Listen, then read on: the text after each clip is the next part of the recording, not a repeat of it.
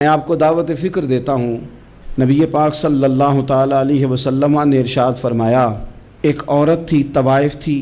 ساری زندگی اس کی گناہوں میں گزری معاذ اللہ۔ پھر وہ ایک کنویں کے پاس سے گزر رہی تھی، ایک پیاسا کتا اس نے وہاں پیاس سے تڑپتے سسکتے دیکھا،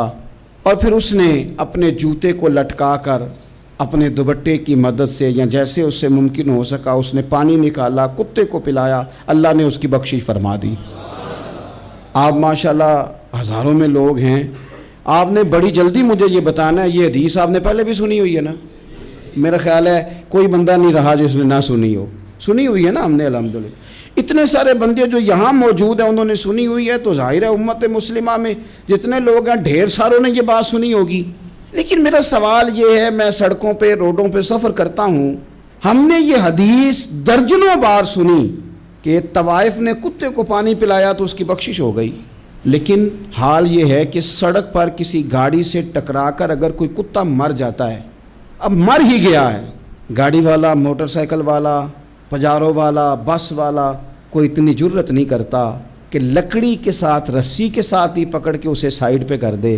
وہ سڑک پہ مرا ہوا پڑا رہتا ہے، یہاں تک کہ گاڑیوں کے ٹائروں کے ساتھ اس کا گوشت لگ لگ کے سڑک صاف ہوتی ہے۔ اس محبوب کے ماننے والے جس محبوب نے بتایا کہ طوائف نے پانی پلایا تھا، اور ہمیں سمجھ بھی آ گئی اور حدیث پڑھ بھی لی اور سن بھی لی،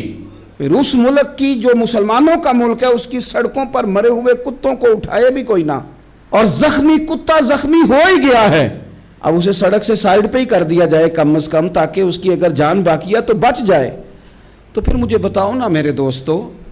ہم نے کس لیے تقریریں سنی ہیں، کس لیے خطبے سنے ہیں؟ واعظ و نصیحت کی مجالس کا مطلب ہم نے کیا سمجھا ہوا ہے؟ تقریر، تحریر، تصنیف، اچھی گفتگو، اچھا جملہ، اس کا معنی ہم کیا سمجھتے ہیں؟ تو آج جو خوبصورت گھڑیاں شب برات کی صورت میں ہمیں نصیب ہونے جا رہی ہیں، اس سے پہلے اپنے دل میں یہ ارادہ کرو کہ رب کریم نے ہمیں جتنا دین کا فہم دیا ہے، سمجھ دی ہے، علم دیا ہے، ہم ارادہ کرتے ہیں اب ہم صرف سنیں گے نہیں، پڑھیں گے نہیں، صرف بیان ہی نہیں کریں گے، ہم عمل بھی کریں گے۔